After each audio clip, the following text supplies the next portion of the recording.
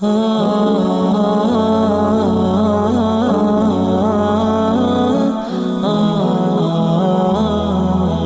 Assalamualaikum warahmatullahi wabarakatuh. Alhamdulillah. Sebagai seorang muslim, pasti kita sangat faham dan yakin dengan dua susunan kata yang mulia ini. Alhamdulillah. Yang berarti segala puji dan puja kehadirat Allah. Satu-satunya Raja, Pencipta, Penguasa, semua yang ada di alam semesta ini. Terjangkau atau tidak terjangkau oleh mata kita. Zat yang maha kuat, maha kuasa, maha adil, maha bijaksana. Tidak ada sekutu bersamanya dalam setiap keputusan dan kegiatannya. Zat yang maha agung. Dan dia yang menciptakan juga mengurus seluruh makhluknya serta yang membinasakannya. Dia dengan kemahadilannya memberikan balasan yang maksimal kepada orang-orang yang patuh dan akan memberikan hukuman juga maksimal bagi para pembangkang dan kufur kepadanya. Nikmat terbesar yang Allah berikan kepada kita yang harus dan patut kita syukuri adalah Islam dan iman ini sendiri. Karena dengan Islam dan iman kita jadi mengenal siapa Tuhan kita Allah. Kita jadi tahu kenapa kita ada di muka bumi ini. Apa tujuannya? Apa yang boleh kita kerjakan? Apa yang tidak boleh kita kerjakan? Apa yang boleh kita nikmati dari makanan, minuman, pakaian, pendapatan, pergaulan, dan mana yang tidak boleh? Biasa dikenal di agama Allah dengan halal dan haram. Kita jadi punya tuntunan hidup karena kita beriman kepadanya. Dan ini nikmat yang luar biasa yang harusnya kita jaga.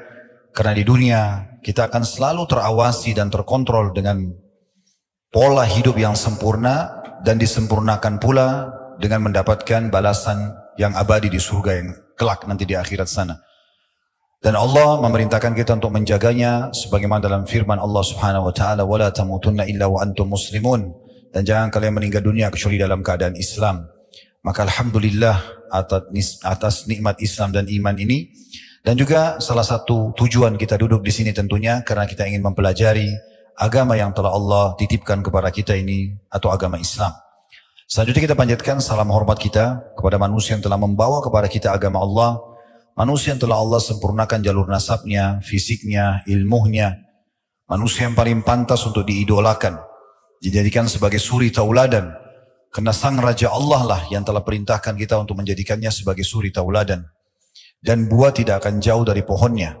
Kalau ingin sukses menjadi seorang suami, orang tua, anak, sahabat, pedagang, politikus, atau apapun yang dikejar sebagai prestasi oleh manusia di muka bumi ini, maka tentu saja manusia ini telah mencapainya. Dan buah tidak akan jauh dari pohonnya, artinya kita akan mirip mendapatkan kesuksesan juga sebagaimana beliau mendapatkannya. Dan mengucapkan satu kali salam hormat kepadanya akan dibalas oleh Allah dengan 10 rahmat. Dan ini sebuah karunia yang luar biasa karena rahmat Allah meliputi segala sesuatunya. Pengampunan dosa, peninggian derajat, pemenuhan kebutuhan dan solusi dari permasalahan-permasalahan kita. Oleh karena itu sangat wajar setelah memuji Allah alhamdulillah kalau kita tidak henti-hentinya selalu mengucapkan salawat dan taslim kepada Nabi besar Muhammad sallallahu alaihi wa ala alihi wa sahbihi wasallam. Pertama-tama saya akan menjalankan hadis Nabi sallallahu alaihi wasallam, "Man lam yashkurun nas la yashkurullah." Siapa yang tidak berterima kasih pada manusia maka belum berterima kasih kepada Allah. Saya mengucapkan jazakumullahu khairan kepada semua teman-teman pengurus Masjid Abdullah dan juga pengelola komplek yang ada masjid ini tentunya. Kemudian semua teman-teman yang menjadi penyebab terlaksananya taklim kita ini. Semoga Allah ikhlaskan niat. Begitu juga tentu semua jemaah yang hadir.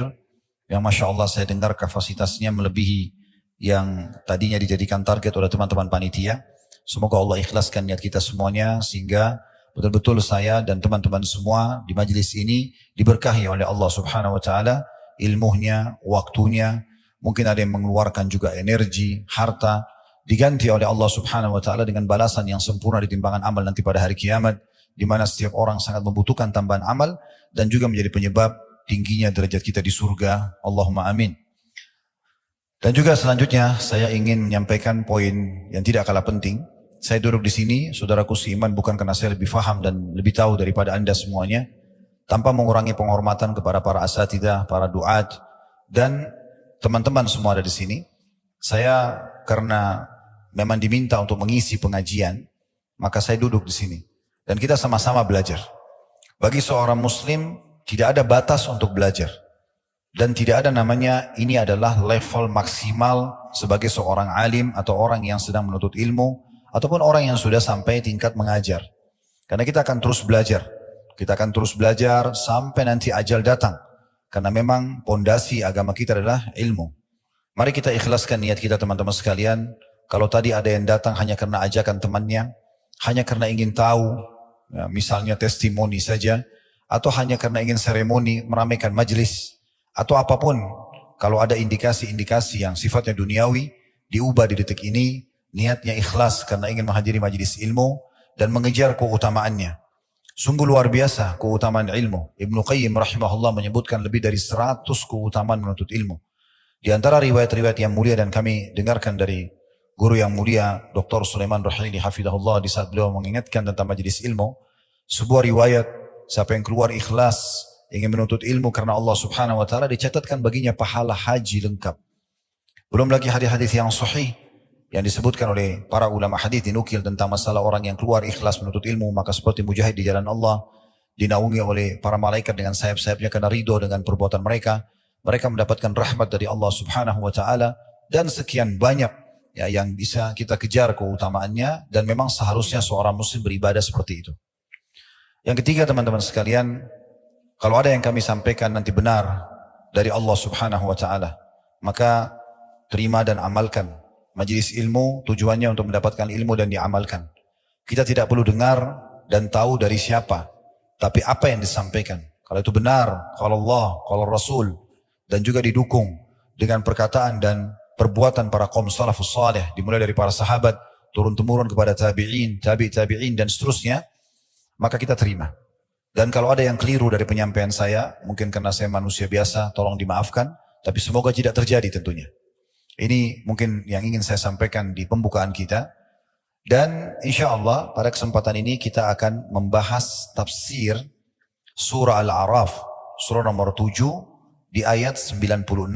Dimulai dari ayat 96. Karena kita akan membahas tentang masalah kunci keberkahan dari langit. Bisa juga seperti yang saya lihat sudah ada di spanduk judulnya keberkahan, ya, yang bisa didapatkan atau keberkahan hidup. Saya akan bacakan dulu firman Allah subhanahu wa ta'ala yang menjadi landasan bahasan kita. Al-A'raf surah nomor 7 ayat 96. Bermulai dari situ. Kita akan baca nanti mungkin sampai ayat 100-nya insyaAllah. Allah berfirman, walau anna ahlal qura amanu wattaqaw lafatahna alaihim barakatim minas sama'i wal ard walakin kadzabu fa akhadnahum bima kanu yaksibun.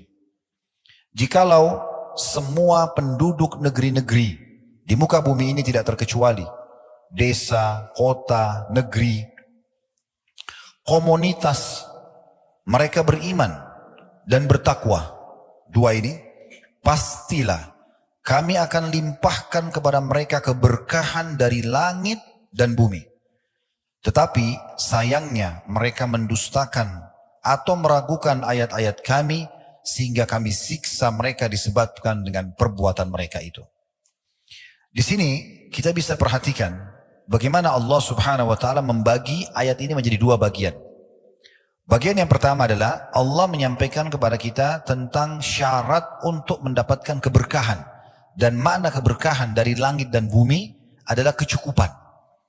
Kalau kita mau mudah fahami, rezeki akan kita dapatkan dari langit dicurahkan dan dari bumi dikeluarkan. Nanti akan kita bacakan dari beberapa buku tafsir apa yang dimaksudkan dengan keberkahan di sini. Maka syaratnya adalah beriman dan bertakwa. Itu bagian pertama. Kemudian bagian yang kedua adalah lawannya atau rivalnya.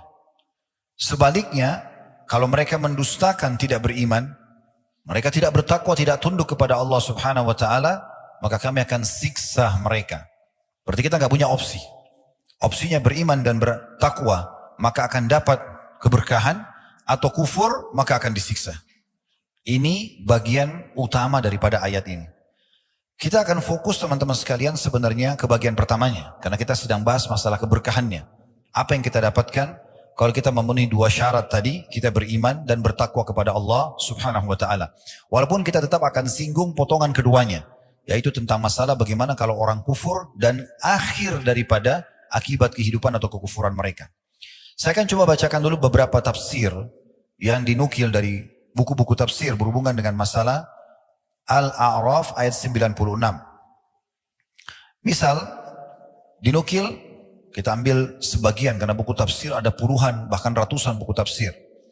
Ada tafsir Al-Mukhtasar, diterbitkan oleh Markas Tafsir di kota Riyadh di bawah pengasuhan atau pengawasan Syekh Dr. Saleh bin Abdullah bin Humaid, Imam Masjidil Haram, Mekah. Di tafsir ayat 96 Al-A'raf ini kurang lebih terjemahannya, sekiranya penduduk negeri-negeri itu yang kami mengutus pada mereka rasul-rasul kami, kepada mereka percaya pada ajaran yang dibawa oleh para rasul dan takut kepada Rabb mereka dengan meninggalkan kekufuran dan kemaksiatan serta menjalankan perintah-perintah Allah, niscaya kami akan membukakan untuk mereka pintu-pintu semua kebaikan. Pintu-pintu semua kebutuhan akan dipenuhi dari segala penjuru. Tetapi mereka tidak percaya atau mereka masih ragu. Dan mereka tidak takut tentang siksa Allah kalau mereka berbuat maksiat. Bahkan mereka ada yang mendustakan ajaran yang dibawa oleh para rasul-rasul kepada mereka, maka kami hukum mereka dengan azab yang datang secara tiba-tiba akibat dosa-dosa yang telah mereka perbuat. Dalam tafsir yang lain, Zubdatut Tafsir min Fathil Qadir, ditulis oleh Dr. Muhammad Sulaiman Al-Ashkar, beliau pengajar tafsir di Universitas Islam Madinah. Beliau mengatakan, potongan pertama, walau anna ahlal qura, kalau seandainya penduduk negeri itu yang telah kami kirim kepada mereka rasul, kalau kita sekarang Nabi Muhammad SAW, amanu, mereka beriman kepada para rasul dan yang diutus kepada mereka, wattaqau, dan mereka bertakwa, yakni meninggalkan kekafiran mereka dan tidak menetap pada perbuatan dosa-dosa mereka, la fatahna alaihim barakatin minas sama'i wal ard, pasti kami akan melimpahkan kepada mereka berkah dari langit dan bumi. Yakni kami mudahkan mereka untuk memperoleh segala jenis kebaikan dari langit dan juga bumi. Sebagaimana kemudahan didapatkan dengan terbukanya pintu-pintu yang sebelumnya tertutup. Yang dimaksud dengan kebaikan dari langit adalah hujan, dan kebaikan dari bumi adalah tumbuh-tumbuhan, dan juga kebaikan-kebaikan lain yang bisa membuat roda kehidupan berjalan.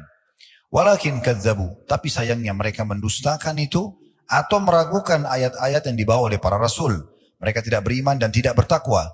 Fa'akhadnahum, maka kami pun menyiksa mereka bima kanu yaksibun, disebabkan karena berupa perbuatan dosa yang mereka lakukan. Ini mungkin sudah mewakili teman-teman sekalian karena tafsirnya berkisar di makna apa yang tadi kita sampaikan. Artinya Allah Subhanahu wa taala memastikan semua kebutuhan kita, semua solusi dari permasalahan yang kita inginkan. Ya, kalau kita sedang sakit supaya sembuh, kalau yang belum punya keturunan supaya dapat keturunan, belum punya pasangan dapat pasangan, belum punya sumber income, pendapatan untuk dapat sumber income misalnya, atau apa saja. Ya, semua itu kalau mau terpenuhi pintu-pintu kebaikannya, maka syaratnya dua, beriman dan bertakwa. Baik, mungkin kita sudah sering dengar teman-teman sekalian, iman. Saya sudah beriman Ustaz. Saya juga sudah sering dengar dalam ceramah masalah takwa. Sekarang kita mau lebih dalam, lebih kepada tazkiyatun nafsnya, lebih kepada bagaimana jiwa meresapi keimanan dan ketakwaan itu, sehingga kita lebih mudah untuk mempraktekkan dalam kehidupan kita. Kalau definisi iman sudah tidak asing, keyakinan dalam hati, ucapan dengan lisan, kemudian aplikasi dengan anggota tubuh. Umumnya ulama memberikan definisi seperti itu. Orang mengucapkan dengan lisannya, orang yakini dengan hatinya, dan dia aplikasi dengan anggota tubuhnya. Yang kita ini titik beratkan adalah lebih kepada tazkiyatun nafsnya. Bagaimana pensucian jiwa dengan keimanan. Iman ini teman-teman tidak bisa kalau dia berdiri sendiri. Hanya ucapan lisan, ya saya sudah beriman.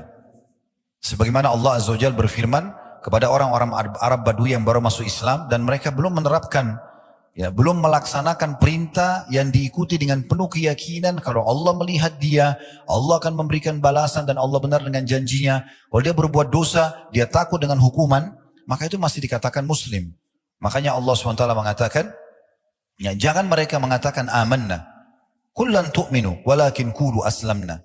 Kalian belum dikatakan beriman, tapi katakan kami sudah masuk Islam. Kalau hanya sekedar ucapan lisan. Tapi kalau dikuatkan dengan keyakinan dalam hati, bahwasanya memang betul Allah Azza wa Jalla itu ada, walaupun tidak nampak dengan mata kita. Karena fakta-fakta di sekitar kita semua menunjukkan adanya pencipta. Masjid ini, komplek ini, tidak akan pernah bisa berdiri tanpa ada yang menggambarnya.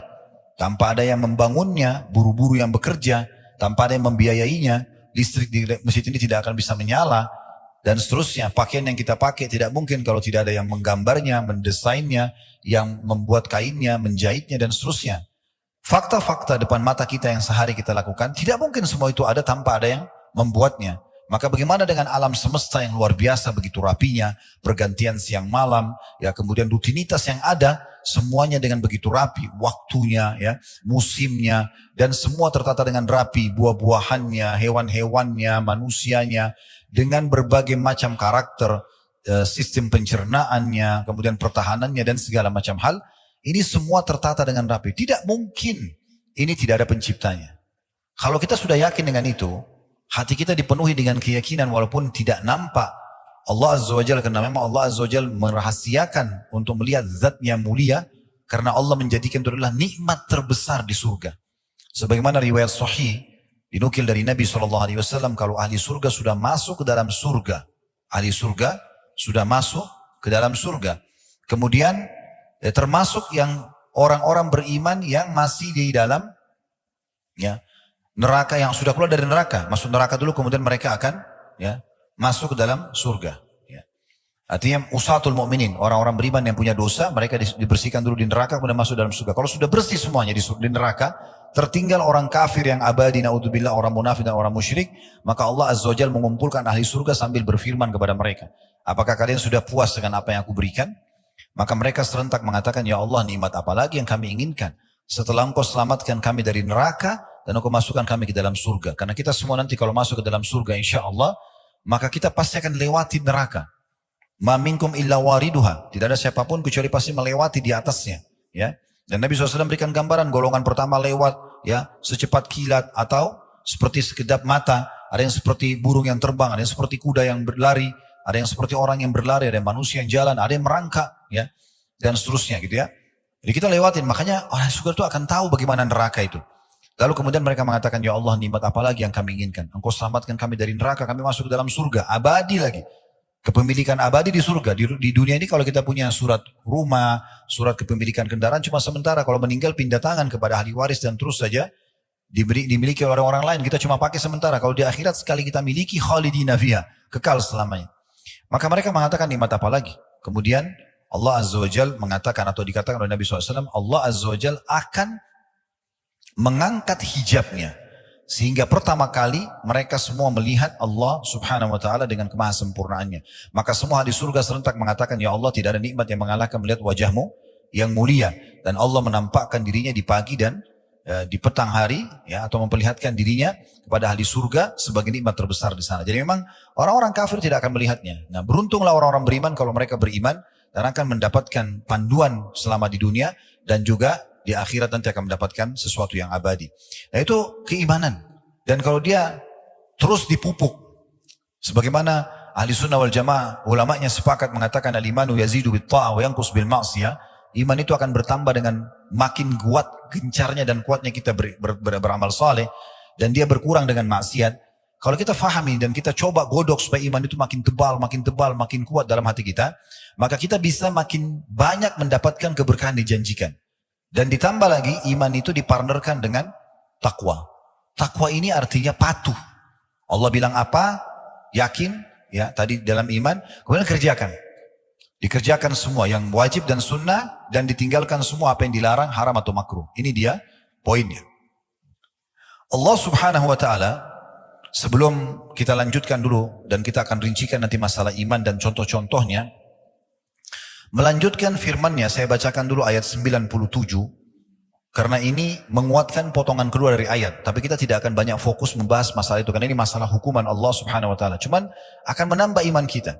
Artinya kalau kita pilih opsi lain, kita tidak beriman dan tidak bertakwa, Allah mengatakan, afa amina ahlul qura ayyatiyahum ba'suna bayatan wa hum naimun.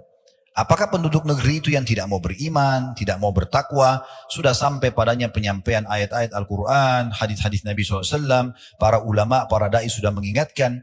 Dia juga tidak mau mendengar. Apakah mereka merasa aman dari kedatangan siksaan kami kepada mereka di malam hari di waktu mereka sedang tidur?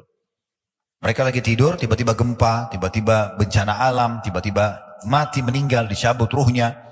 Lagi jalan, kemudian ditabrak, misalnya, ya. Tapi di sini lebih kepada waktu tidur.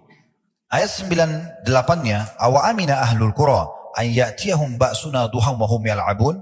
Apakah penduduk negeri itu merasa aman yang tidak beriman dan bertakwa dari kedatangnya siksaan kepada mereka dari kami di waktu duha pada saat mereka sedang bermain-main?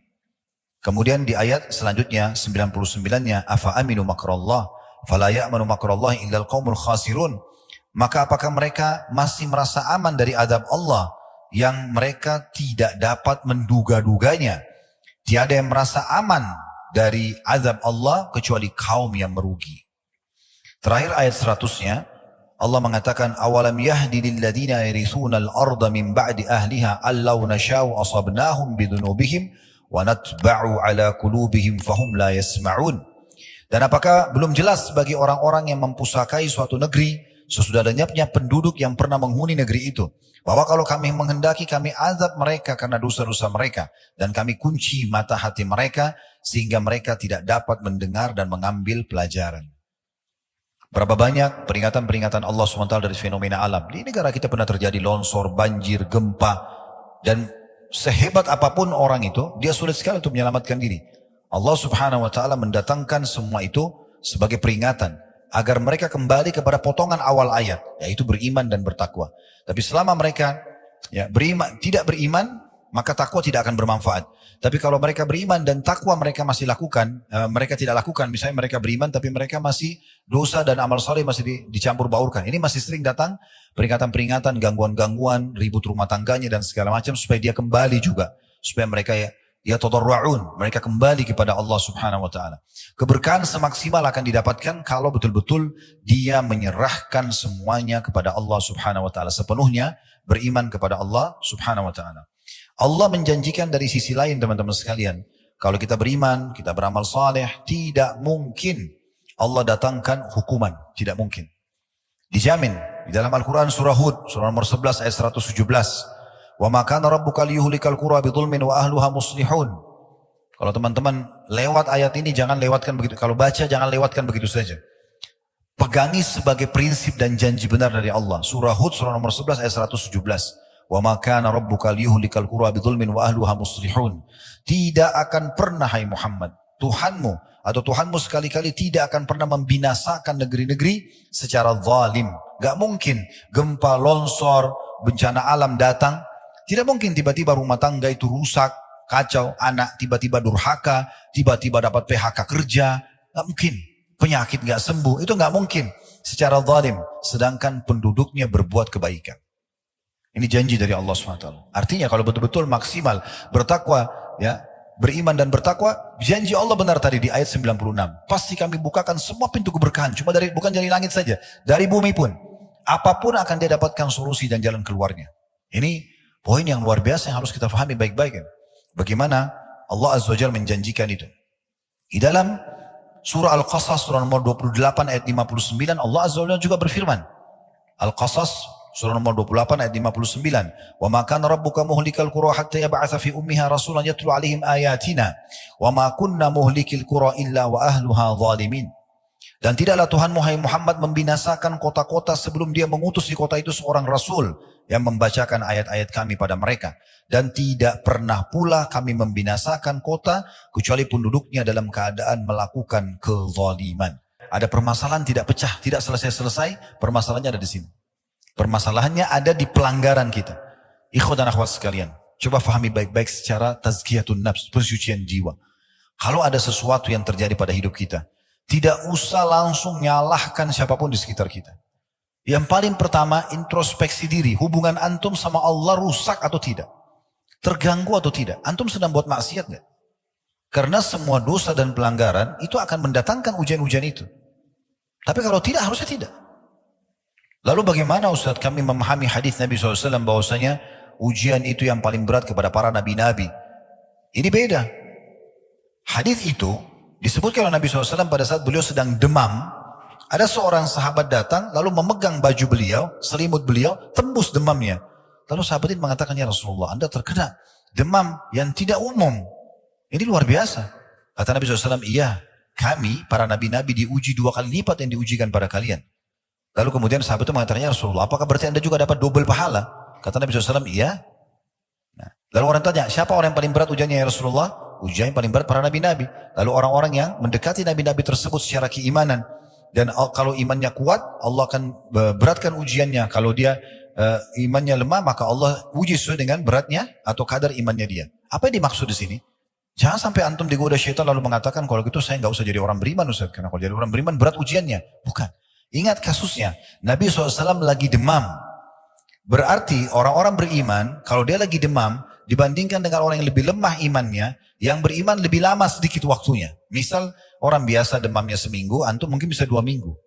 Tujuannya untuk lebih menambah pahala, untuk menambah derajat. Bukan didatangkan ujian khusus yang tidak semua orang kena, bukan itu yang dimaksud. Tapi kalau ada ujian yang tidak normal datang, itu berarti dari berusaha.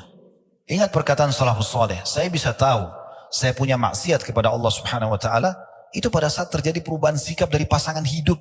Cemberutnya pasangan, marah-marah tanpa sebab, mungkin istri kalau di sini ikhwah minta cerai tanpa sebab, atau ya. Anak-anak tiba-tiba berubah sikap. Beliau mengatakan perubahan sikap pasangan, perubahan sikap tunggangan. Masa dulu orang kalau mau naik kuda, naik unta, tiba-tiba ada masalah. Mungkin sekarang mau naik motor, mau naik mobil, atau sampai pada tikus yang masuk ke dalam rumah. Dirikan sebagai bahan introspeksi diri. Harusnya tikus gak masuk ke dalam rumah. Seperti itu bahasa. Orang beriman bertakwa akan dijaga oleh Allah Subhanahu Wa Taala sampai kepada hal-hal yang kecil. Jadi saking mereka fahamnya ayat ini sampai mereka menganggap apapun yang mengganggu berarti sebabnya dosa. Harusnya tidak masuk tikus itu. Harusnya tidak gini dan gitu. Seperti itulah gambarannya.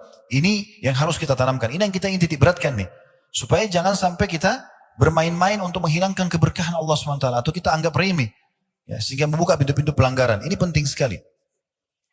Di dalam surah Al-An'am.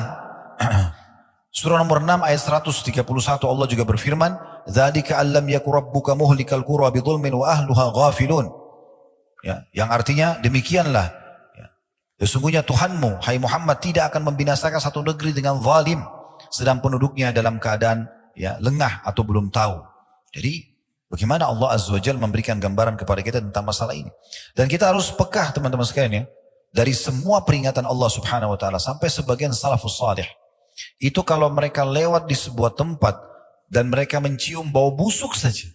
Kita misalnya lewat cium bau busuk saja. Sudah cukup mereka jadikan bahan introspeksi diri. Ada masalah apa ini? Segera istighfar kepada Allah. Dengar kisah Nabi Daud dalam Al-Quran bagaimana?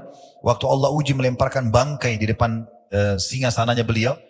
Tanpa pakai tanya siapa yang lempar bangkai itu, kenapa ada di sini. Padahal waktu itu beliau seorang raja. Pertama introspeksi diri. Langsung beliau sujud dan tidak mau angkat kepalanya. Sampai Allah datangkan Jibril mengatakan itu adalah ujian saja datang kepadamu. Mereka jadikan sebagai bahan introspeksi diri. Kita subhanallah kadang-kadang kelewatan sholat subuh misalnya berjamaah atau kelewatan sebuah jenis ibadah kita anggap biasa. Seakan-akan itu hanya hal yang biasa. Padahal sebenarnya Abdullah bin Umar mengatakan, radhiyallahu anhu, saya tahu kalau saya melakukan sebuah pelanggaran dosa kecil sudah cukup mengharamkan saya untuk sholat berjamaah subuh di masjid 1 bulan. Sampai mereka kadang-kadang menggantikan apa yang tertinggal dari ibadah itu dengan ibadah yang lainnya. Kata Abdullah bin Umar radhiyallahu anhu, saya pernah tertinggal sholat subuh berjamaah sekali, maka saya bersedekah sekian ribu dirham. Umar bin Khattab pernah radhiyallahu anhu pernah membeli sebuah kebun kurma, lalu beliau datang dalam kebun itu karena ada mata air, rindam sekali, kemudian buahnya ranum. Beliau sampai luput sholat asar, lewat asar, nggak tahu waktunya. Ya. Selepas beliau keluar dari kebun, baru mau sholat asar, orang sudah bubar. Maka Umar mensedekahkan kebunnya itu di jalan Allah SWT sebagai tebusannya. Kita subhanallah kadang-kadang hanya tidak sholat, setelah sholat hanya kena minumannya atau makanannya, atau hanya ngobrol sama sahabatnya, atau urusan bisnisnya, dia dianggap itu adalah biasa. Betul ujian dari Allah SWT. Coba pakai ini ya. Ada orang datang kepada Hasan Basri bilang begini. Anda mengatakan dan mengajarkan kepada umat, kalau orang buat maksiat akan diuji. Akan datang hukuman Allah Subhanahu Wa Taala. Tapi saya selama ini tidak rasakan ada hukuman. Saya oke-oke saja gitu. Maka Hasan Basri mengatakan, kalau kau anggap hukuman Allah belum datang, kamu keliru. Bahkan kemungkinan besar hukuman Allah yang paling berat sudah datang padamu. Heran orang itu. Dia bilang, saya belum merasakan. Karena orang ini berpikir hukuman itu hanya selalu rasa sakit di badan saja. Maka Hasan Basri menanyakan, apakah selama kau buat maksiat ini, lalai dari Allah, kau bisa sholat malam? Dia bilang tidak. Apa kau bisa baca Quran? Dia bilang tidak. Apakah selama ini kau jadi rutin bakti sama orang tuamu? Tidak. Apakah kau bisa baca Quran? Tidak. Zikir? Tidak. Semua tidak. Kata Hasan Basri, itulah ujian yang paling berat. Karena Allah subhanahu wa ta'ala kalau tidak mencintai seorang hamba, dia akan buat dirinya hamba itu lalai. Dan dalam hadis yang sahih yang lain kata Nabi SAW, sesungguhnya Allah kalau cinta seorang hamba, Allah akan menggunakan dia. Kata para sahabat, ya Rasulullah, bagaimana Allah menggunakannya? Allah akan sibukkan dia dengan amal saleh yang dengannya Allah akan tutup hidupnya. Dan ini poin-poin betul-betul harus kita fahami. Dan peka teman-teman sekalian ya. Makanya Allah Azza wa Jalla berfirman dalam surah At-Taubah surah nomor 9 ayat 126. Yang bunyinya, awala yarawna annahum yuftanuna fi kulli amin marratan aw marrataini thumma la yatubuna wa la hum yadhakkarun. Dan tidakkah mereka memperhatikan bahwa mereka diuji sekali atau dua kali setiap tahun, dan mereka tidak juga bertaubat dan tidak mengambil pelajaran. Jadi harusnya kita peka itu, ada ujian-ujian datang ya. Sebagian salaf kalau datang kakinya kesentuh batu saja, innalillahi wa inna rajiun, mau keluar rumah tiba-tiba hujan, dia nggak bisa, janjinya bisa batal, innalillahi wa inna rajiun. Mereka luar biasa pekanya, menganggap semua yang tidak disukai berarti ini ada urusannya dengan masalah pelanggaran-pelanggaran yang dilakukan. Nah seperti itu. Antum kalau sudah bisa sampai pada level ini level keimanan. Dan iman ini sudah dirasakan nikmat sekali kalau sudah sampai pada tingkat itu. Dan ini teman-teman sekalian harus dipupuk, harus dibiasakan. Tadi kita sudah bilang kaidahnya, iman itu bertambah dengan ketaatan, berkurang dengan kemaksiatan. Nah seperti itulah. Dan juga teman-teman sekalian, kita coba angkat bagaimana Abdullah bin Mas'ud radhiyallahu anhu dinukil oleh At-Tabari dalam tafsir beliau di jilid 17 halaman 478. Bahwasanya pernah Abdullah bin Mas'ud datang ke atau tinggal lewat di Kufah. Kota Kufah ini salah satu kota di Irak. Dan pada saat itu ya terdengar suara guntur yang sangat keras. Maka beliau langsung menengadahkan wajahnya ke langit sambil mengatakan dengan suara keras agar orang dengar, wahai sekalian manusia, sesungguhnya Allah Tuhan kalian ya di atas sana menginginkan kalian segera bertobat kepadanya. Maka segeralah kembali kepada Allah. Dalam riwayat lain Abdullah bin Zubair radhiyallahu anhu ya. Abdullah bin Mas'ud tadi itu ya terjadi gempa, maka beliau mengingatkan orang bahwasanya Tuhan kalian menginginkan kalian tobat ya sesegera mungkin sebelum datang siksaan yang lebih berat. Kalau itu tadi dimungkin oleh Tabari. Kalau perkataan tadi yang saya sampaikan itu adalah perkataan Abdullah bin Zubair radhiyallahu anhu dalam kitab Zadul Masir fi Ilmu Tafsir di jilid 2 halaman 486 waktu mendengarkan guntur, beliau mengatakan innahu wa'idun syadidun di ahlil ard. Sesungguhnya ini peringatan yang sangat keras dan jelas juga tegas bagi semua penduduk bumi agar mereka segera kembali kepada Allah subhanahu wa ta'ala. Baik teman-teman sekalian, kita coba lebih dalami masalah keimanan ini dan ketakwaan itu dengan kisah. Saya coba mencari kisah-kisah yang unik, mungkin masih jarang orang dengar ya. Tapi mudah-mudahan saya yakin mungkin tidak asing bagi antum, tapi mungkin masih tidak terlalu sering diangkat. Kalau pernah dengar nama sahabat yang mulia ini Abdullah ibn Hudzafah radhiyallahu anhu. Sayang sekali, mungkin di antara guru-guru yang mengajar kaum muslimin, kisah-kisah seperti ini tidak dijadikan sebagai kisah heroik, kisah yang harus selalu disampaikan agar bisa membakar keimanan kita. Abdullah bin Hudzafah radhiyallahu anhu dari awal dia mengenal Islam, mencapai tingkat level iman yang tertinggi. Dengan cara mempelajari Al-Quran, mempelajari hadis Nabi SAW, sahabat Nabi yang mulia.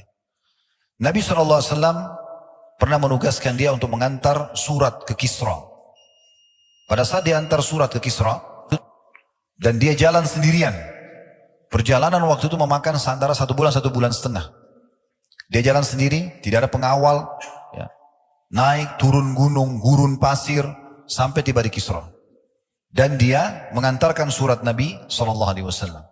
Dan Kisra itu marah. Kenapa? Karena memang suratnya Nabi SAW berisi Bismillahirrahmanirrahim. Kemudian dari Muhammad utusan Allah SAW kepada ya Kisra. Ya. Semoga keselamatan tercurahkan bagi orang-orang yang mengikuti petunjuk. Tapi rupanya pada saat itu Kisra marah. Karena dia anggap Nabi Muhammad SAW berada di bawah kekuasaannya. Dia anggap Jazirah Arab itu wilayah jajahannya dia. Dan dia tidak terima itu, maka dia langsung sobek surat itu. Tapi Abdullah bin Hudzafah tetap aja tegar. Dia tidak takut. Dan dia sudah tahu, dia bilang, akhir saya cuma bisa saya diusir atau saya akan dipenggal leher saya.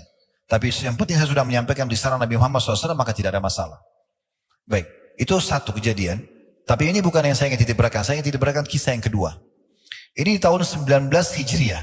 Kita tutup dengan ini, mungkin teman-teman yang dari Malang bisa sholat isya dulu habis ini. Kami sudah jamak tadi. Abdullah bin Hudzafah radhiyallahu anhu ini, teman-teman sekalian, di tahun 19 Hijriah, beliau pernah diutus oleh Umar bin Khattab radhiyallahu anhu dalam salah satu peperangan, memimpin pasukan, dan dia sama teman-temannya semuanya ditawan oleh Raja Romawi, pasukan Romawi. Dan mereka mencari tahu, ya, siapa saja yang ada dalam pasukan muslimin itu. Dan mereka menemukan ternyata yang masih ada hubungannya dengan Nabi Muhammad SAW. Sahabat langsungnya adalah Abdullah radhiyallahu anhu. Maka mereka mengikatnya dan membawanya kepada Heraklius, ya, atau pada saat itu istilah bagi Kaisar Romawi. Dibawalah ke sana. Kemudian Abdullah pada saat didatangkan diikat, diperhatikan mukanya oleh Kisra atau Kaisar pada saat itu. Bajunya yang usang, wajahnya yang pucat karena ditawan penuh debu, tawanan, tidak dikasih makan, memang ditahan beberapa hari, ya. Tapi dia lihat orang ini seperti santai saja. Maka Kaisar tidak ingin membunuhnya seperti umumnya tawanan-tawanan. Maka ditawarkan, dia mengatakan, siapa namamu? Abdullah.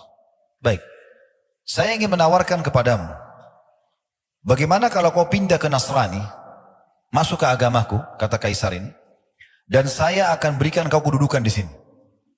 Kasih jabatan di kerajaan, punya kedudukan, punya pendapatan, apa saja yang kau mau saya kasih. Maka kata Abdullah, waktu itu karena si Kaisar tidak bisa bahasa Arab, dia ada penterjemah. Maka kata Abdullah, sungguh ya, aku dalam beberapa asar tentang beliau ya, sungguh aku ya terbunuh berulang kali lebih aku sukai daripada penawaranmu itu. Bagaimana kalau kerajaanku ini, kerajaan Romawi saya bagi dua. Setengah buat kamu, setengah buat saya. Begitu kau mengaku Nasrani, sekarang saya akan kasih kamu langsung kedudukan itu. Maka dia mengatakan, saya tolak. Walaupun engkau memberikan semua kerajaan Arab dan Ajam kepadaku untuk meninggalkan agama ini, aku tidak akan tinggalkan. Kata Kaisar apa? Kalau gitu saya akan bunuh kamu. Dia bilang, lakukan apa yang kau inginkan. Disuruh ikat, ditaruh di tiang salib. Lalu kata Kaisar kepada para pemanahnya, jangan lukai dia. Tapi lempar anak panah di sekitar tangannya. Supaya dia takut saja. Dilempar, sambil dilempar panah tersebut, sambil ditawarkan kembali Nasrani. Tetap ditolak. Kaisar bilang, lempar di arah kakinya. Dilempar tapi tetap saya tidak mau. Akhirnya disuruh turun. Kemudian Kaisar menyuruh mendatangkan satu kuali besar. Isinya minyak yang sengaja dipanasi dengan api. Dipikul oleh banyak orang, ditaruh di atas api lalu mendidih. Kemudian dibawalah 2 orang dari tawanan muslim. Dilempar ke dalam api panas itu. Baru masuk beberapa detik, sudah keluar tinggal tulang-tulang saja. Karena panasnya minyak itu. Di depan mata dia. Kita bayangkan satu bejana besar, dipanasin dengan api. Bejananya panas, minyaknya panas mendidih, lalu dilempar dari kita ke situ. Ini ujian yang luar biasa. Maka diperlihatkan 2 orang itu. Lalu Kaisar bilang, kalau kau tidak mau pindah Nasrani, saya akan bunuh kau seperti 2 temanmu itu. Kata Abdullah, silahkan lakukan. Digiringlah Abdullah menuju ke minyak itu. Pas dekat api, Abdullah nangis. Kata prajuritnya, dia nangis. Kita lapor dulu kepada Kaisar. Dilapor, wahai Kaisar, dia sudah nangis. Kata Kaisar, kembalikan ke saya. Mungkin sudah lunak hatinya. Begitu didatangkan, kata Kaisar, kenapa kau menangis? Dia bilang, saya menyesal karena saya cuma punya 1 nyawa. Saya berharap punya nyawa, sejumlah helai rambut saya, semuanya dilempar ke minyak itu supaya semuanya mati di jalan Allah. Kaisar jadi putus asa, nggak tahu dia harus buat apa dengan orang ini. Mau dibunuh pun tidak ada masalah. Nangisnya hanya karena punya 1 nyawa. Itu luar biasa. Maka akhirnya Kaisar bingung, bagaimana caranya? Dia sudah malu dengan semua orang yang ada di sekitarnya. Karena dia sudah coba bunuh, nggak berhasil. Dia coba takut-takuti, nggak berhasil. Maka akhirnya Kaisar mengatakan apa? Begini saja. Apa kau mau untuk mencium kepalaku? Mencium kepala ini penghormatan gitu. Cium kepala saya akan bebaskan kamu. Abdullah sempat berpikir dalam beberapa asar, dia katakan, saya mencium kepala musuh Allah ini, tapi kalau untuk saya bebas, dan dia mau menerima syarat saya untuk bebaskan tawanan muslimin, saya akan terima. Lalu Abdullah mengatakan, bagaimana dengan tawanan muslimin, apa kau akan bebaskan juga? Kata Kaisar, iya, kalau kau cium kepala saya, kamu dan semua saya akan kasih. Maka akhirnya dia cium kepalanya Kaisar, lalu dibebaskan dia dengan tawanan muslimin, bahkan dikasih banyak sekali. Dalam beberapa riwayat dikasih sekian ratus kain baju kehormatan, dikasih sekian peti emas, banyak dia bawa pulang. Jadi seakan-akan dia ini membawa ghanimah, harta rampasan perang dari perbuatan dan sikapnya tadi. Sampai sebagian ulama menanggapi mengatakan bukan mustahil, kaisar itu sebenarnya mungkin masuk Islam dan seperti keadaannya ya Najasyi yang menyembunyikan keislamannya. Karena tidak masuk akal dia menyelamatkan Abdullah dan dia berikan segala pemberian ini. Itu berarti kemungkinan ada sesuatu di situ.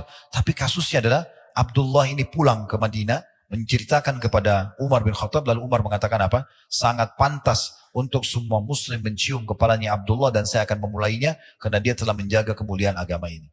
Ini contoh keimanan. Seseorang di antara kita di masa sekarang hanya takut meninggalkan pekerjaannya, masih ada pekerjaan yang lain.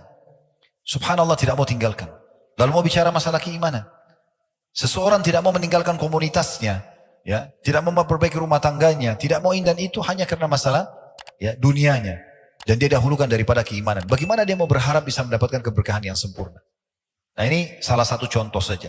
Kita langsung saja melanjutkan ke kisah yang berbeda.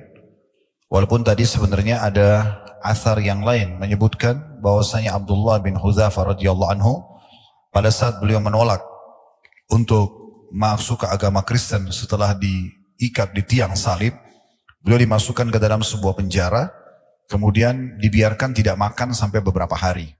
Dan yang dihidangkan di penjaranya itu adalah babi dan juga minuman keras atau khamr. Dan ternyata beliau tetap juga tidak makan. Dan waktu dikeluarkan ditanya oleh Kaisar Romawi, kenapa kau tidak memakannya? Dia mengatakan sebenarnya agama saya sudah membolehkan saya makan karena mungkin saya akan mati kalau tidak makan. Tetapi saya tidak ingin memberikan celah untukmu menilai negatif terhadap agamaku. Barulah kemudian proses tadi, beliau dipancing untuk dimasukkan ke dalam minyak dan sampai akhir kisah yang sudah kita sampaikan. Kita sekarang pindah ke kasus yang berbeda tentang masalah sikap dan keputusan yang diambil oleh Abu Dahdah radhiyallahu anhu. Abu Dahdah seorang sahabat yang mulia dari kalangan Ansar, terkenal hatinya penuh dengan keimanan. Dan subhanallah orang kalau sudah imannya mendalam, sudah tebal, sudah memenuhi hatinya, sudah menjadi sebagai panduan hidupnya, pengontrol hidupnya, maka apa saja jadi mudah untuk dikerjakan. Walaupun sebenarnya berat di mata sebagian orang yang belum tertanam iman dalam hatinya. Disebutkan kisahnya, Abu Dahdah ini punya sebuah kebun, beberapa kebun maaf. Dan setiap kebun itu punya 600 pohon kurma. Perlu teman-teman garis bawahnya, kalau di Timur Tengah, di negara-negara Arab, dari masa Nabi SAW sampai hari ini, tolok ukur orang itu kaya, bukan karena punya mobil mewah atau rumah besar. Tapi kalau dia punya kebun kurma. Karena kebun kurma ini pohonnya mahal dan produktif.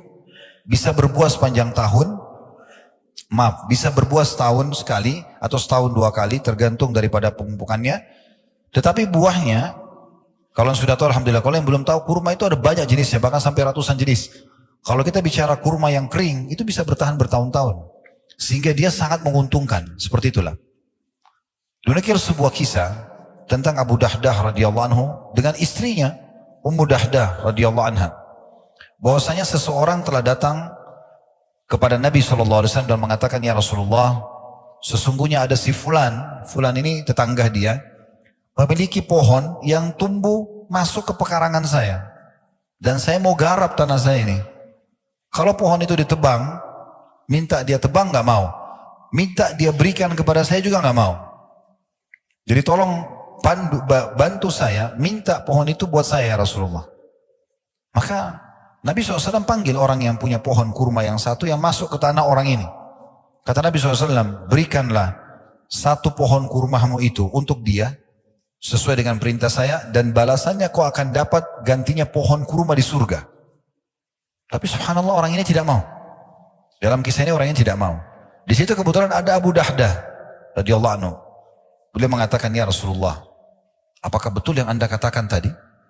Maksudnya kalau diganti satu pohon kurma diganti dengan pohon kurma di surga? Kata Nabi SAW, iya. Langsung Abu Dahdah tidak banyak bicara, datang kepada pemilik pohon kurma itu, lalu negosiasinya begini.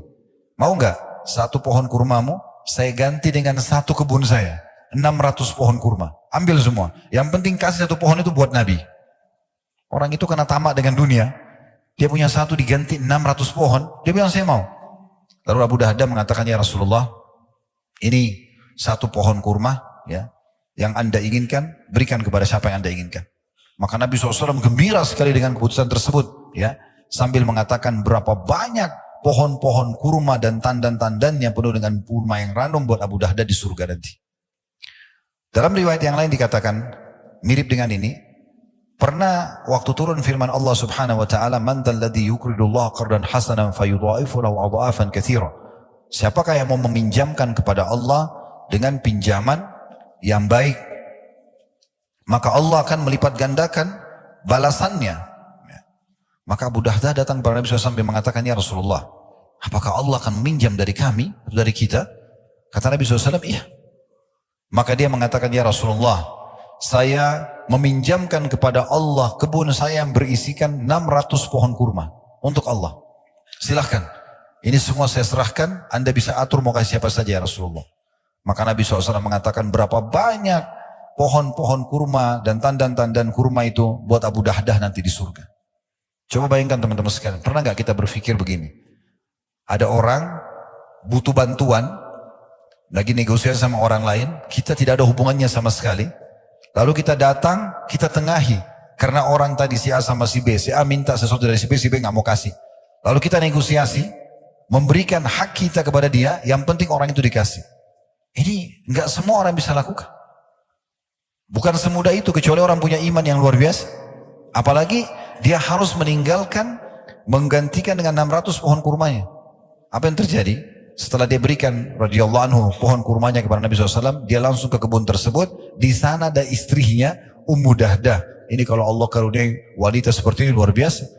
Makanya Nabi SAW mengatakan, ad-dunya mata' wa khair mata' mar'atus salihah wa khairu mata'uha mar'atus salihah. Dunia ini semua perhiasan dan sebaik-baik perhiasan adalah wanita yang salihah. Maka Abu Dahdah begitu masuk pintu kebun kurmanya langsung mengatakan, wahai Ummu Dahdah, keluarlah dari kebun ini, karena aku telah menyerahkan kebun ini, meminjamkannya kepada Allah, Tuhan alam semesta. Maka Ummu Dahdah dengan senyum menyambut suaminya sambil mengatakan, sungguh perniagaan yang menguntungkan. Lalu Ummu Dahdah keluar sambil membawa anaknya. Dalam riwayat lain, anaknya dan Ummu Dahdah kebetulan mengambil beberapa butir kurma di situ sebelum datang Abu Dahdah, dan sempat mengantonginya, dan anaknya juga lagi mengunyah kurma. Pada saat itu Ummu Dahdah mengeluarkan semua yang mereka sudah kantongi untuk dibawa pulang kurma yang sebelum Abu Dahdah datang, dan juga mengeluarkan kurma yang dari mulut anaknya, kemudian meninggalkan kebun tersebut, menyerahkannya karena Allah Subhanahu wa taala. Siapa yang bisa mengerjakan teman-teman ini kecuali kalau orang punya iman? Seorang sahabat yang lain, jarang orang kenang namanya, Zaid bin Sahal radhiyallahu anhu, julukannya Abu Talha, juga sama, orang kaya sahabat, memiliki sebuah kebun pas berada di depannya Masjid Nabawi di masa itu, dikenal dengan kebun Bayruha. Pemilik kebun yang luar biasa, Nabi SAW sering datang ke sana, minum dari airnya, makan buahnya, bernaung di bawah pohonnya, karena kebunnya ranum, bagus sekali, buah-buahnya ranum sekali. Maka pada saat turun firman Allah SWT surah Al-Imran surah nomor 3 ayat 92, "Lan tanalu birra hatta tunfiqu mimma tuhibbun, wa ma tunfiqu min syai'in fa innallaha bihi alim." Kalian tidak akan pernah mencapai ya maksimal balasan pahala sampai kalian menginfakkan apa yang paling kalian cintai. Dan ketahuilah, apapun yang kalian infakkan ya, di jalan Allah pasti Allah ketahui. Maka Zaid radhiyallahu anhu bin Sahal atau Abu Talha datang kepada Nabi SAW mengatakan, ya Rasulullah, sesungguhnya waktu ayat ini turun, saya ingin membuktikan di hadapan Allah bagaimana saya mengimani ayat ini. Dan anda tahu, kebun yang paling saya cintai, kebun kurma saya namanya Bayruha. Maka saya berikan untuk Allah Subhanahu wa ta'ala. Silakan, anda mau berikan siapapun silakan. Kata Nabi SAW, sungguh perniagaan yang menguntungkan. Sampai Nabi SAW senyum. Lalu beliau mengatakan, saya melihat engkau bagi kepada sanak kerabatmu. Maka dia pun membagi kepada sanak kerabatnya. Dan subhanallah, mungkin karena ikhlasnya ya, sekarang kebun itu masuk dalam perluasan Masjid Nabawi. Jadi bagian daripada masjid. Nah itu juga siapa kira-kira teman-teman sekalian yang bisa mau berinfak seperti ini kecuali orang yang betul-betul terdorong dengan keimanan. Belum lagi kalau kita bicara di medan jihad, medan perang. Saya beberapa hari yang lalu berbicara dengan beberapa teman dari Gaza. Lalu mereka itu seperti berkaca-kaca menceritakan tentang bagaimana kondisi di sana, dan memang betul-betul luar biasa. Dibom, terbakar badannya, meledak kepalanya di depan keluarganya, rumahnya hancur. Sambil dia menggambarkan itu, lalu saya berpikir, lagi dia cerita, bagaimana caranya saya menghibur saudara saya muslim. Lalu saya mengatakan begini, saudaraku, semestinya kami ini yang sedang tidak diuji oleh Allah seperti itu, tidak lagi di medan jihad, cemburu dengan antum. Karena memang untuk mati syahid harus terbunuh. Ya inilah caranya. Hamzah radhiyallahu anhu pada saat ditemukan jenazahnya, Umar bin Khattab mengatakan, saya belum pernah melihat Nabi SAW menangis seperti pada saat beliau menangis melihat jenazahnya Hamzah. Hidungnya terpotong, mukanya tercabit-cabit, dadanya terbelah. Jadi luar biasa jasadnya. Bagaimana Abdullah bin Haram radhiyallahu anhu di perang Uhud, kepalanya bocor, dihantam oleh musuh. Bagaimana Anas bin Nadhr radhiyallahu anhu, pada saat beliau masuk menyerang sendirian 2.800 pasukan Quraisy di perang Uhud, sendirian, dan beliau menembus pasukan itu dan tidak ditemukan satupun kecuali potongan badannya, kecuali cuma jempol tangannya yang dikenal oleh adik atau kakak perempuannya saja. Terbakar semangat mereka untuk mau menyerahkan nyawa mereka. Saya bahasakan, memang begitu orang kalau mau mati syahid, ya mati memang, dan mati memang harus begitu, dibunuh oleh musuh. Ya tidak ada namanya mati itu ditampar mati atau cuma dicubit, ya dipenggal lehernya, ya ditusuk badannya, ya dibom kepalanya, memang begitu. Tetapi hiburannya adalah Nabi SAW bersabda, semua orang yang mati syahid tidak akan merasakan sakit kecuali seperti cubitan, kecuali seperti cuma cubitan saja. Mau dia kena bom, mau dia kena strum, mau dia dipenggal lehernya, sama. Ada satu ibu menceritakan di Gaza, anaknya subhanallah lagi lari menuju ke ibunya, kena bom dari atas, meledak kepala anak itu di depan mata ibunya. Ibunya sedih. Depan mata, lihat ini seorang ibu lagi, terbawa dengan perasaannya. Subhanallah, dia sedih, diwawancarai, dia bilang semoga ya Allah berhentikan ini dan segala macam, orang yang sedih. Malam harinya, anak ibu ini mimpi dan dia menceritakan keesokan harinya, dan itu juga dinukil di media sekarang. Malam hari, dia mimpi, Allah datangkan anaknya seakan-akan berlari pada dia, tapi mengalihkan jalan menuju ke taman surga, langsung masuk ke surga, dan ibu itu melihat surga. Lalu ibu ini mengatakan, saya sempat tanya anak saya tapi dalam mimpi nggak bisa diatur. Apa kau rasa sakit pada saat kena bom nak? Dia bilang hanya seperti cubitan saja. Ini yang sekarang lagi terjadi di hari-hari kita. Allah subhanahu wa ta'ala memang menguji iman seseorang dan ketakwaannya. Memang kalau mau mati syahid, dinikahkan dengan 72 bidadari, menyelamatkan 70 keluarganya, tidak dikena lagi fitnah kuburan, akan diampuni semua dosanya, masuk surga tanpa hisab, derajat tertinggi di surga, dan sekian banyak keutamaan orang yang mati syahid. Ya memang harus terbunuh. Dan dibunuh, namanya bunuh itu ya kepalanya pecah, ya dipenggal lehernya, memang begitu. Tetapi subhanallah, pemandangan ini kalau kita gunakan kacamata iman tidak akan ada pengaruhnya sama sekali. Tidak akan ada pengaruhnya. Waktu Nabi SAW melihat jenazahnya Hamzah, beliau di saat itu live menyampaikan kepada para sahabat, dan kalau antum baca riwayat-riwayat tentang bagaimana Nabi waktu lihat jenazah Hamzah di Uhud, beliau mengatakan, sesungguhnya Hamzah, ya, aku diperlihatkan oleh Allah bertelekan di dipan-dipannya di surga, dan dia adalah pemimpin para syuhada. Ja'far bin Abi Thalib pada saat terputus tangannya di perang Mu'tah, kemudian Nabi SAW waktu itu menceritakan live di masjid, Zaid bin Harithah masuk menyerang musuh, dan kemudian dia membunuh sekian banyak musuh sampai akhirnya dia dibunuh oleh musuh. Bendera jatuh sekarang, Ja'far maju, Ja'far mengambil bendera karena Nabi SAW tunjuk 3 pemimpin, Zaid bin Harithah, kemudian Ja'far bin Abi Thalib, kemudian Abdullah bin Rawaha. Lalu Ja'far datang mengambil bendera tersebut dan dia menyerang musuh. Namun karena banyaknya korban, belepotan darah di sana sini di medan perang, darah dengan baunya, dengan kentalnya dan fresh baru jatuh dari badan orang, dilihat depan mata. Lalu Ja'far turun dari kudanya karena nggak bisa jalan, kudanya pun ya ditebas sama dia. Kata Nabi SAW, dialah orang yang pertama membunuh kudanya di jalan Allah. Kemudian dia maju menyerang musuh sampai tangannya dipotong oleh musuh, tangan kanannya. Lalu kemudian dia pegang bendera dengan tangan kirinya, dipotong tangannya tangan kirinya. Ini pemandangan yang luar biasa. Kita dengar saja luar biasa. Bagaimana kalau kita ada depan mata, bagaimana Ja'far yang mengalaminya. Lalu dia tahan bendera dengan kedua sisa tangannya, lalu ditusuk dan mati syahidlah Ja'far. Lalu Abdullah bin Rawaha datang dan mengambil bendera, lalu kemudian maju dan terbunuh juga, dan seterusnya. Kisahnya cukup panjang, dalam perang Mu'tah. Tapi waktu itu Nabi SAW memberikan langsung informasi kepada muslimin, aku diperlihatkan Ja'far sedang berterbangan mengelilingi surga bersama dengan para malaikat-malaikat, di mana Allah ganti kedua tangannya yang terputus dengan dua sayap yang meneteskan darah. Makanya ada julukan Ja'far At-Tayyar. Memang untuk mendapatkan mati syahid berdarah, ya memang harus luka. Itulah perang. Di perang Uhud teman-teman sekalian, waktu terjadi perang Badar tahun 15 Ramadan tahun 2 Hijriah, 314 orang sahabat melawan 1000 orang Quraisy. Kuasa Allah SWT. 314 ini pilihan, bukan mereka harus untuk pergi medan perang waktu itu ya. Mereka boleh pergi, boleh tidak. Maka yang ikut para sahabat cuma 314 orang, dan tadinya tujuannya menghadang kafilah dagang Quraisy yang dijaga cuma 40 orang prajurit. Tapi kuasa Allah dalam surah Al-Anfal, Allah gambarkan Allah mengatur peperangan Badar itu. Terjadi dalam peperangan, menanglah muslimin. 70 tokoh Quraisy, diantaranya Abu Jahal, Al-Walid, Syaibah, Umayyah bin Khalaf, mati semua di situ. Ya, terbunuh semua. Tersisa tokoh Quraisy yang tua cuma satu, Abu Sufyan saja, yang berhasil lolos dengan kafilah dagang. Dan digambarkanlah bagaimana malaikat turun, ya, bagaimana muslimin berhasil membunuh mereka, bagaimana para syuhada, ya, disampaikan Nabi SAW, mereka bertemu dengan Allah, mereka sangat gembira dengan kematian mereka, dan mereka berharap kembali ke dunia agar terbunuh lagi. Waktu pulang pasukan dari Badar ini, umumnya mereka menceritakan apa yang terjadi. Masyarakat muslim yang ada di Madinah terbakar semangatnya. Wah, ini luar biasa nih. Nanti kalau terjadi perang lagi, kita juga mau mati syahid, kita juga mau begini, kita juga mau begitu. 1 tahun setelah itu, 16 Syawal tahun 3 Hijriah, hari Sabtu terjadi perang Uhud. Waktu terjadi perang Uhud, kuasa Allah Subhanahu wa taala, di awal peperangan muslimin menang, di pertengahan mereka kalah. Waktu mereka kalah, Allah Subhanahu wa taala menurunkan Al-Qur'an setelah perang Uhud. Walaqad kuntum tamannawna al-mauta min qabl faqad ra'aitumuh.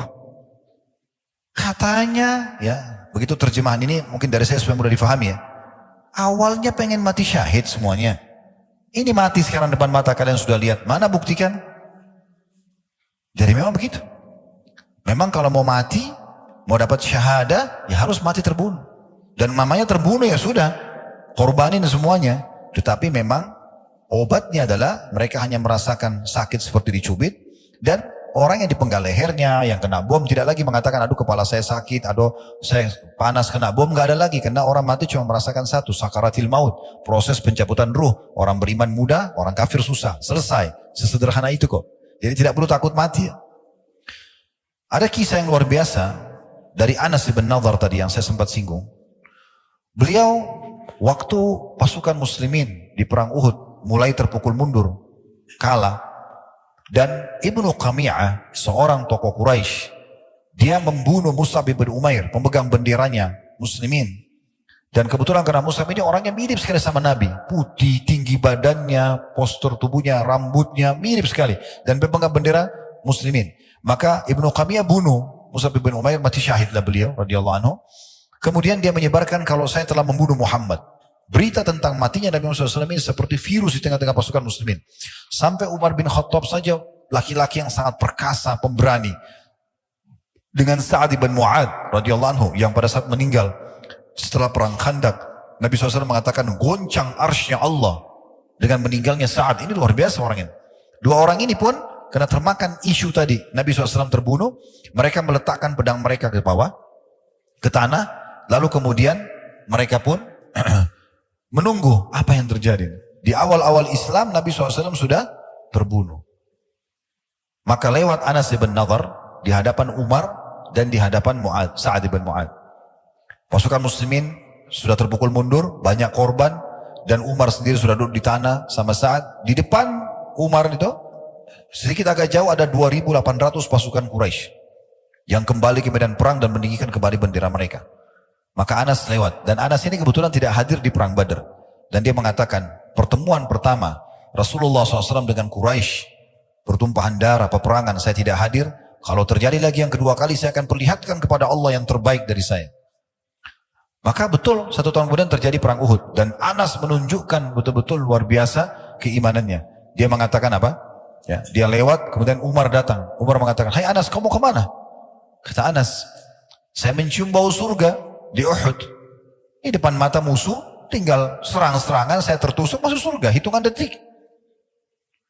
Maka kata Umar, tapi Rasulullah SAW sudah mati terbunuh. Maka Anas mengucapkan kata-kata yang membangkitkan kembali semangatnya Umar dan Sa'ad. Dia mengatakan, kalau Rasulullah SAW sudah terbunuh, maka bangunlah dan terbunuhlah bersamanya. Kata Umar, kata-kata ini betul-betul mengingatkan kepada kita atau kepada kami, bahwasanya betul ya, kenapa kita harus tinggal diam? Kenapa putus asa? Ayo baju berperang. Setelah terjadi perang Uhud, kata Umar menceritakan kisah ini kepada Nabi SAW, ya Rasulullah, saya dengan Sa'ad berusaha mengejar Anas, kami tidak mampu. Karena cepatnya dia melejit ke musuh dan dia melawan sendiri. Dan tadi dalam riwayat dikatakan, waktu selesai perang Uhud tidak ditemukan potongan tubuhnya kecuali jarinya saja. Dicabik-cabik oleh 2.800 musuh. Itu luar biasa. Bagaimana kekuatan mereka dalam masalah ini. Mungkin kalau kita ingin korek teman-teman sekalian, kisah seperti ini banyak sekali ya. Namun ada satu kisah yang saya ingin tambahkan. Tentu ada kisah yang pernah kami sampaikan, pertandingan duelnya Ali bin Abi Thalib dengan Amr bin Wud dalam perang Khandaq. Kemudian juga banyak kisah-kisah Zubair ya, dengan tokoh-tokoh kesatrianya Yahudi di Khaybar ya.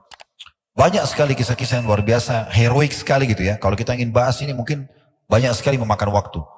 Tetapi teman-teman sekalian, saya coba datangkan sekarang kisah selain sahabat.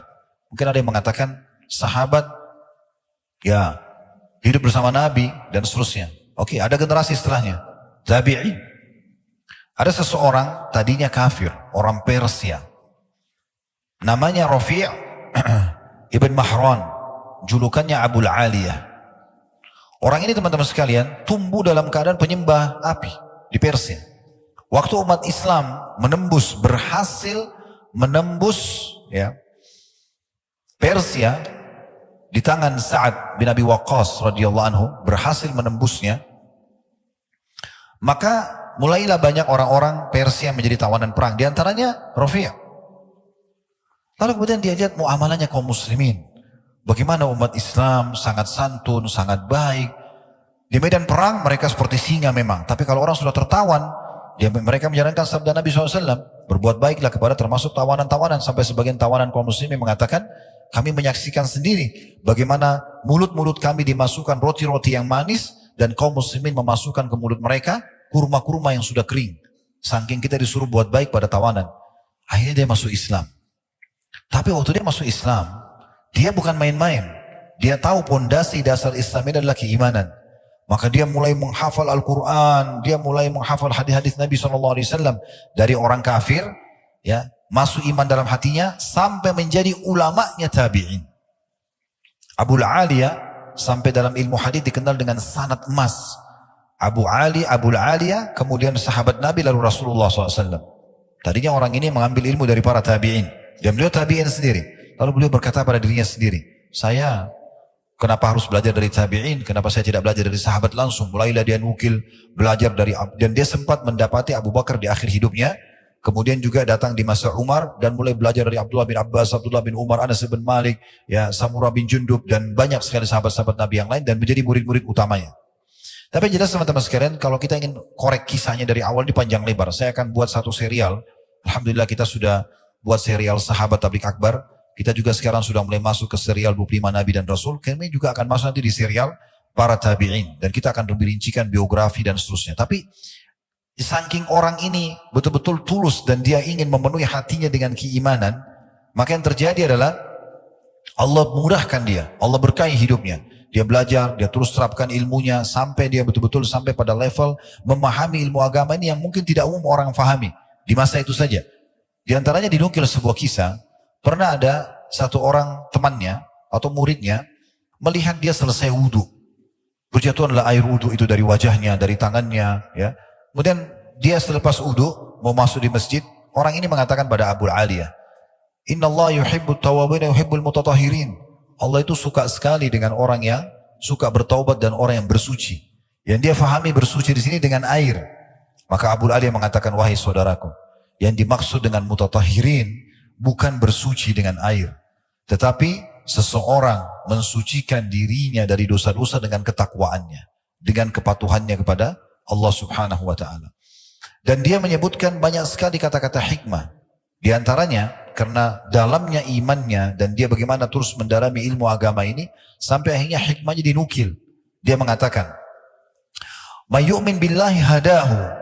Siapa yang beriman pada Allah pasti Allah akan kasih petunjuk. asal dia sempurnakan imannya dalam hati, apa saja yang dia butuh akan diberikan petunjuk. Ya. Wa misdaqu dzalika qauluhu ta'ala wa may yu'min billahi yahdi qalbah. Dan pembenaran terhadap apa yang saya ucapkan adalah firman Allah Subhanahu wa taala, siapa yang beriman kepada Allah, memaksimalkan imannya dalam hatinya kepada Allah, Allah akan berikan petunjuk pada hatinya. Apa saja yang sedang dia hadapi ada solusinya. Itu disebutkan dalam surah Taghabun, surah nomor 64 ayat 11. Lalu dia bilang lagi, wa man tawakkala 'ala Allahi kafahu. Dan siapa yang menyerahkan hasil usahanya kepada Allah, Allah akan jadi pencukup baginya. Wa misdaqu dzalika qauluhu ta'ala. Dan yang membenarkan apa yang saya ucapkan adalah firman Allah Subhanahu wa taala, wa may yatawakkal 'ala Allahi fahuwa hasbuh. Surah At-Talaq surah nomor 65 ayat 3. Siapa yang bertawakal kepada Allah, ikhtiar dulu kemudian dia serahkan usahanya kepada Allah, maka pasti Allah akan jadi pencukup baginya. Wa man aqradahu jazah. Dan siapa yang meminjamkan di jalan Allah, bersedekah di jalan Allah, maka Allah pasti akan balas dia. Wa misdaqu dzalika qauluhu ta'ala. Dan itu pembenarannya adalah firman Allah Subhanahu wa taala, man dzalladzi yuqridullaha qardan hasanan fayudha'ifahu lahu adha'afan katsira. Surah Al-Baqarah surah nomor 2 ayat 245. Dan siapa yang meminjamkan untuk Allah dengan pinjaman yang baik, maka Allah akan lipat gandakan dengan kelipatan-kelipatan yang banyak. Satu waktu dia masuk dalam majlisnya Abdullah bin Abbas radhiyallahu anhuma. Waktu itu Abdullah bin Abbas menjadi gubernur, atau kalau kita sekarang wali kota, mungkin di kota Basra. Kemudian di situ ada tokoh-tokoh Quraisy yang duduk. Ini tokoh kita Abu Ali ini mantan budak, orang Persia, ditawan oleh muslimin jadi budak, lalu diperjualbelikan di pasar sampai akhirnya dibebaskan oleh seorang majikannya wanita. Ada kisahnya panjang sesungguhnya, ya, di bagaimana dia dibebaskan, wanita itu ikut di sholat muslimin, saya bebaskan Abu Aliyah karena Allah SWT agar dia mengajar umat Islam agama gitu ya. Yang jelas karena dia ilmunya sangat luas, imannya sangat dalam, isi hidupnya semua nasihat yang baik, manfaat kepada umat Islam. Dia masuk di medan perang, dia berperang sampai dicintai oleh para sahabat, di antara Abdullah bin Abbas. Atau waktu datang dalam majelisnya Abdullah bin Abbas radhiyallahu anhu, kemudian dia dimuliakan, diajak duduk ya di majelisnya atau di singgasananya Abdullah bin Abbas. Lalu orang-orang Quraisy yang ada di situ saling saling mencibir, bukan mencibir sebenarnya, saling orang yang bermain mata, gams ya, orang bermain mata gitu.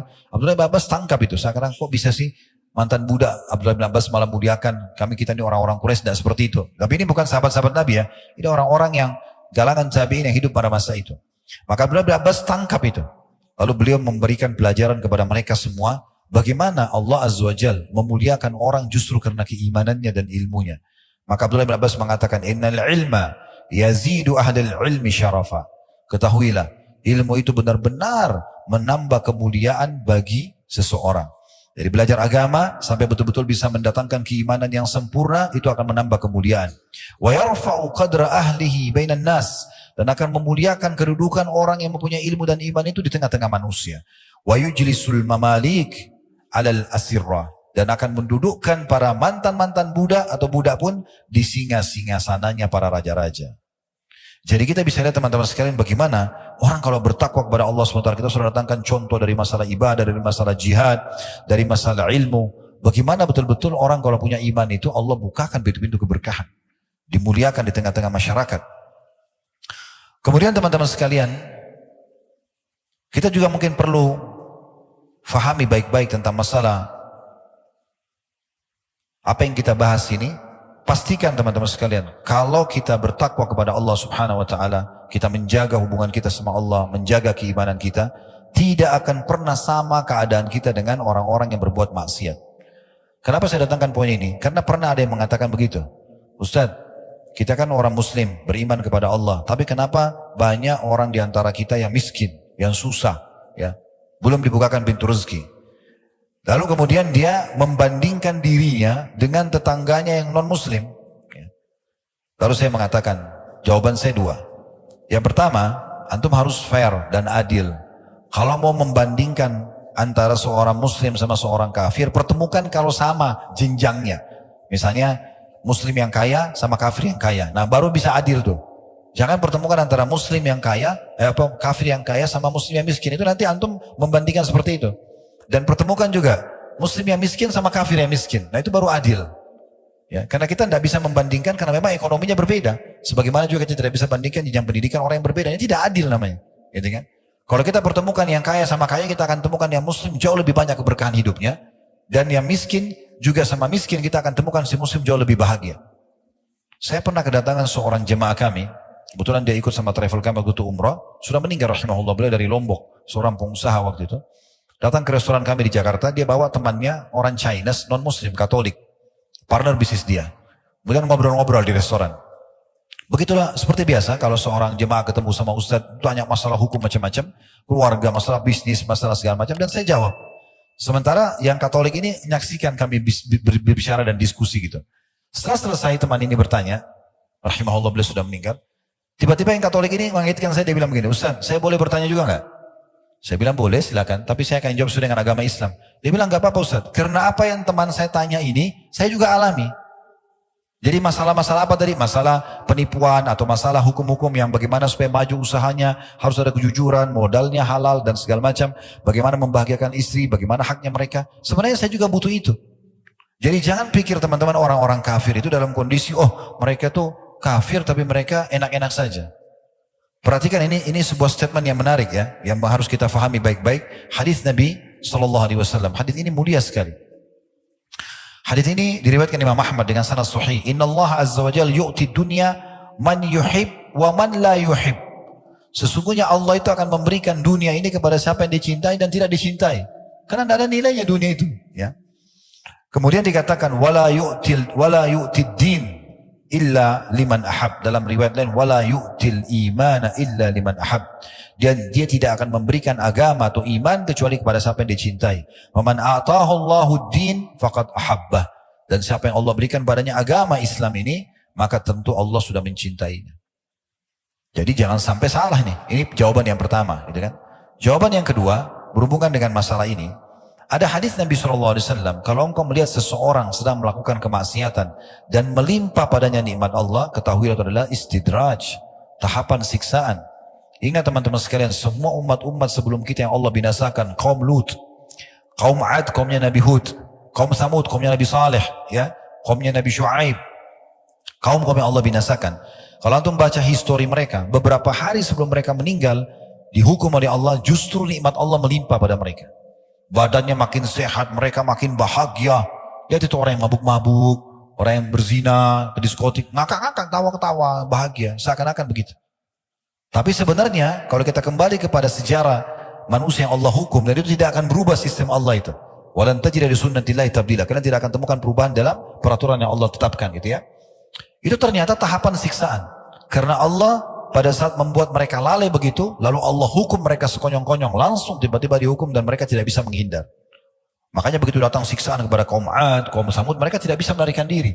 Karena mereka lagi dalam kondisi lalai. Di saat itulah Allah hukum mereka. Jadi jangan antum membandingkan kondisi dan menilai dengan kasat mata saja. Harus dengan ilmu yang benar supaya faham masalah ini. Ya. Dan ingat juga bagaimana kalau seseorang di antara kita tersibukkan dengan amal saleh, itu jauh lebih mahal dari semua harta dunia. Sebagaimana disebutkan dalam sebuah hadis riwayat Ahmad dan juga Al-Hakim, dan Al-Hakim mensahihkannya. Kata Nabi SAW, "Idza aradallahu bi'abdin khaira." Kalau Allah ingin kebaikan pada seorang hamba, ista'malahu qabla mauti. Allah akan menggunakan dia sebelum dia meninggal. Fasa'ala rajulu minal qaum masti'malah. Lalu seorang dari kaum yang ada di situ menanyakan pada Nabi SAW, bagaimana Allah menggunakannya? Qala sallallahu alaihi wasallam, yahdihillahu tabaraka wa ta'ala ila al-'amali salih qabla mauti thumma yaqbiduhu alaih. Allah akan berikan dia petunjuk untuk mengerjakan amal saleh, kemudian Allah mewafatkan dia di atas keadaan itu. Jadi orang-orang kafir ditutup dalam kondisi lalai sehingga lebih berat hukuman bagi dia. Orang-orang beriman ditutup dengan amal-amal saleh. Sebagian salaf mengatakan, laisa sya'nu an tuhib. Tidak penting sebenarnya bagaimana kau mencintai. Walakin sya'an an tuhab. Tapi yang penting adalah kau dicintai. Ai laisa an tadhun annaka tuhibbullah. Maksudnya bukan poin adalah kau mengira dirimu kau mencintai Allah. Walakin sya'an al-azim an yuhibbaqallah. Tapi yang benar adalah bagaimana Allah mencintaimu. Ya Allah la yuhibbu illa man istahaqqa dzalikal hub. Karena Allah tidak akan mencintai kecuali orang yang pantas untuk menerima cinta tersebut. Teman-teman sekalian, saya akan tutup dengan perkataan yang atau beberapa dalil ini kita sebagai bahan renungan ya. Bahwasanya orang kalau terus saja mengejar ibadah kepada Allah Subhanahu wa taala, mendekatkan diri kepada Allah Subhanahu wa taala, ini sebuah kedudukan besar sekali. Riwayat Bukhari menyebutkan, saya langsung terjemahkan saja, bagaimana Nabi SAW mengatakan kalau Allah mencintai seorang hamba, maka Allah akan berkata kepada Jibril, sungguhnya aku mencintai fulan, maka cintailah dia. Akhirnya Jibril pun mencintai dan menyeru di langit dan di bumi, kalau Allah mencintai fulan maka cintailah dia. Lalu Allah pun membuat orang-orang mencintainya. Tentu ada yang membencinya kalau orang-orang itu kafir atau orang munafik sebagaimana Nabi SAW. Tapi umumnya orang akan menyukai dia. Kemudian kalau Allah membenci seorang hamba, Allah akan panggil Jibril. Lalu mengatakan, hai Jibril, aku benci fulan, bencilah. Maka Jibril membencinya. Kemudian Jibril menyeru di langit dan di bumi, kalau Allah membenci si fulan, maka bencilah. Lalu dibencilah orang tersebut. Ini luar biasa. Kemudian riwayat yang lain adalah riwayat Abu Bakar radhiyallahu anhu. Abu Bakar pernah melihat Handalah. Handalah ini sahabat yang mulia dan juga tentu mati syahid beliau ya. Jenazahnya waktu ditemukan di perang Uhud, ya, Nabi SAW lihat jenazahnya yang terkenal dengan Ghasilul Malaikah, ya, karena beliau menikah hari Jumat, ya, kemudian terjadi interaksi biologis dengan pasangannya selepas subuh hari Sabtu, itu dikumandangkan atau dipanggil perang jihad, perang Uhud. Maka dia keluar sebelum dia mandi junub, kemudian dia pergi berperang sampai mati syahid. Nah, pada saat Nabi SAW mengumpulkan jenazah-jenazah, ya, lalu kemudian melihat jenazah Handalah, beliau mengalihkan pandangan matanya. Lalu kata para sahabat, ya Rasulullah, ada apa dengan Handalah? Terjadi sesuatu yang buruk pada beliau? Kata Nabi SAW, tidak. Aku diperlihatkan oleh Allah Subhanahu wa taala, istrinya dari bidadari surga datang menjemputnya.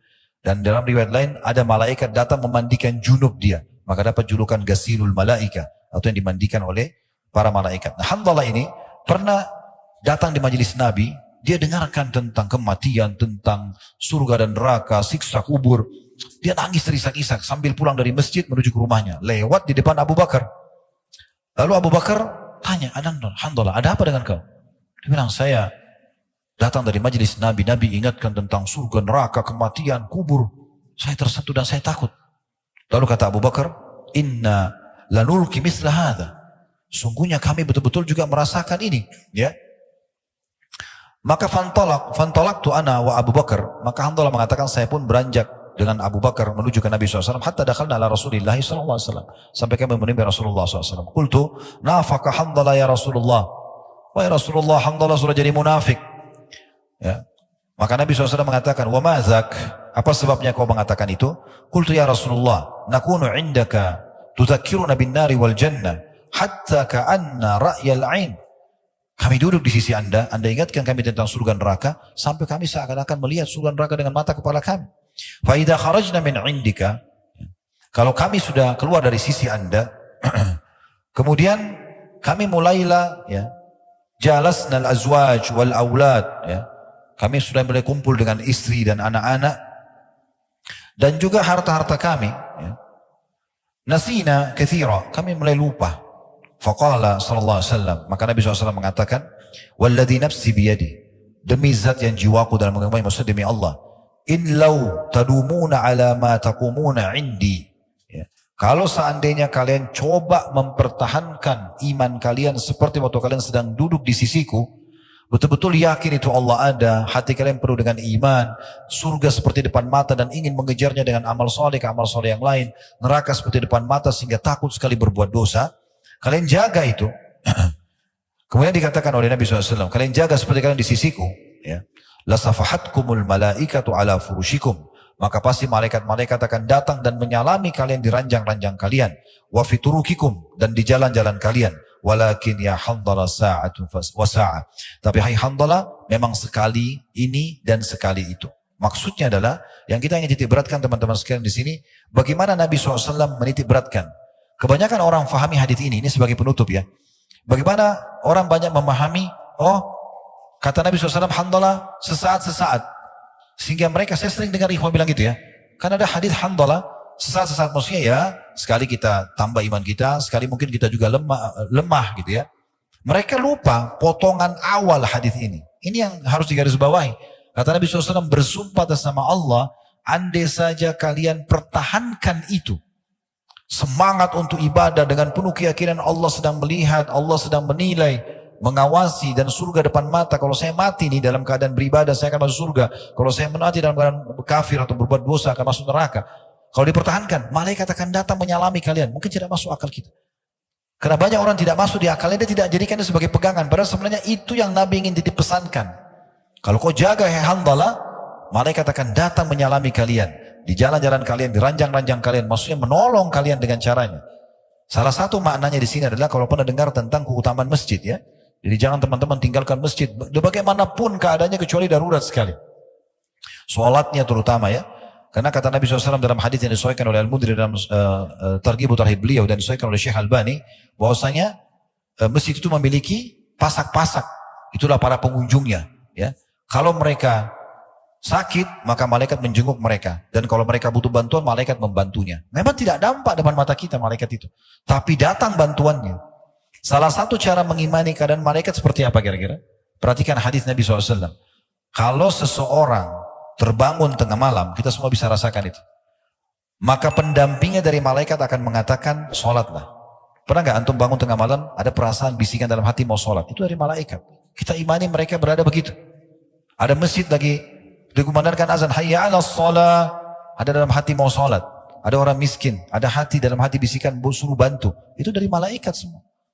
Mereka mengingatkan kita kebaikan-kebaikan. Nanti pendampingnya, korinnya dari syaitan akan mengatakan, tidurlah malam masih panjang. Memang tidak nampak, tapi ada kenyataannya, gitu kan? Nah seperti itulah. Jadi yang kita titik beratkan sekarang secara tazkiyatun nafs, musyid jiwanya adalah bagaimana kita ambil potongan pertama hadis, yaitu mempertahankan keimanan kita. Antum harus merasa teman-teman sekalian, mempertahankan iman antum, ibadah antum pada Allah ini lebih mahal dan lebih butuh daripada makan pada saat lapar, tidur pada saat ngantuk, obat pada saat sakit, lebih penting. Sehingga jangan dijual urusan akhirat kita ini, iman kita ini dengan urusan dunia. Kita jual hanya karena mau transaksi jual beli, hanya karena suka dengan seorang wanita, hanya karena suka dengan seorang laki-laki, lalu meninggalkan agama, lalu meninggalkan perintah dan segala macam. Jangan seperti itu, ya.